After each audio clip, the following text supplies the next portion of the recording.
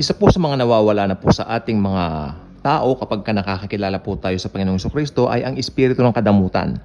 Madamot, no? Yung pagiging madamot po ay bunga ng kasalanan at bunga ng ating Adamic nature. Ito po ay atin pong possess. Nung tayo po'y ipinanganak at isinilang, taglay na po natin ang sinful nature o ito nga pong tinatawag na Adamic nature. So, ang pagiging madamot po or pagiging makasarili ay ito po ay nagiging tulay at daan para maging sakim sa kalaunan. At ang pinakamataas po na antas nito ay ang pagiging ganid. Again, nagsisimula sa pagiging madamot, sa pangalawa, pagiging sakim, at ang pinakamataas na antas, ganid. Pwede mong ilagay na dyan yung swapang, buwakam, buwaya, pero ito po ay ka-level lang po nung pangalawa, so sa sakim. Pero pag sinabing ganid, ito na po talaga. There's something really wrong sa mga taong ganid. Madamot, no? Ito po kasi ay kanila pong nagiging saligan, yung kanilang mga material na bagay, sila po ay nagiging madamot. Pero gusto ko po sabihin, nung tanggapin po natin ang Panginoong Jesucristo, it is better to give than to receive. Of course, bilang mga Kristiyano, nasabi ko na po sa mga nakaraang vlogs natin, ang pinakapangunahin po natin na layunin dito sa mundo ay ang mag-receive kay Jesus. He's a giver. We have to receive.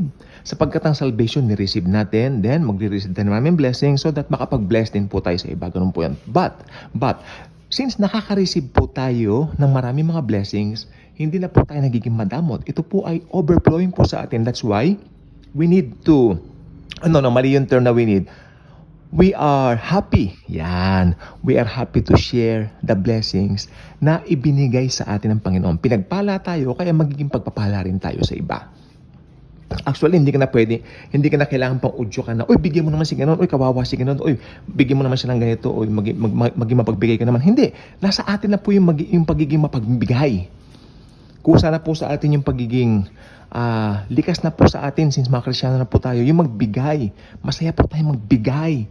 Maligaya tayo pag yung binigyan natin maligaya. Hindi po ba yung kaligayahan natin nakaangkop na roon sa ating bagong pagkatao o doon sa new nature natin bilang mga Kristiyano, bilang someone na belong kay Jesus.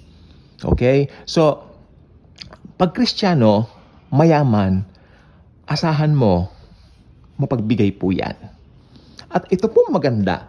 Sa aklat po ng Korinto, I'm not sure first or second, meron po ditong binabanggit si Pablo na meron doon, I think kung hindi ako nagkakamali, mga mga taga-Epeso yata sila. Hindi.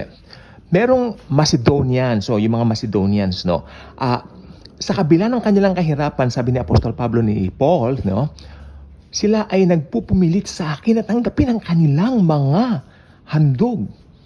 Si Pablo po, again, hindi po siya pastor ng institutional church. Binibigyan nila si Pablo ng mga anything, hindi po lang pera, kundi mga anything, mga gamit, mga ganyan, para maitulong din ni Pablo sa mga ibang nangangailangan. Hindi po katulad ngayon ng mga ganid na yung mga pastor na pupunuin ang bulsa nila para magtutur po kung saan. Hindi po ganun ngayon yan. Tanggalin po natin yung sistemang yan, okay? So, makikita po natin dito sa example ng mga Macedonians na sila po, sa kabila ng kanilang kahirapan po, nandun po yung kanila pong tinatawag na eagerness to give. Why? Because of the new nature they possess in Christ Jesus. Ayun. So, hindi ko na kailangan sabihin na, maging mabuti ka naman, maging mabait ka naman, huwag ka magdamot. Hindi na kailangan sabihin yun. Kasi, kusa na overflowing na sa'yo. Likas na sa'yo yan. So, yung mga taga-Macedonia, gusto sabihin doon ni Pablo, hindi sila ganun kayaman, hindi sila ganun kadatong, pero sila may eagerness na tumulong. Lalo na yung mayayaman na Kristiyano. Di po ba? Dahil, pag Kristiyano ka na, ibig sabihin, may bago ka ng puso, mas gusto mo makapagpaligaya kaysa ikaw ang pinapasaya. Anyway, ang ating kaligayahan ay walang iba kundi si Jesus. Kaya kung hindi ka pa nakasubscribe sa ating channel, I invite you to do so. Click the notification bell, share this video, share the wonderful love of Jesus. Again, natutunan natin ngayon, because we have Jesus, hindi na tayo madamot, mas mapagbigay tayo. Thank you, and Jesus truly loves us all.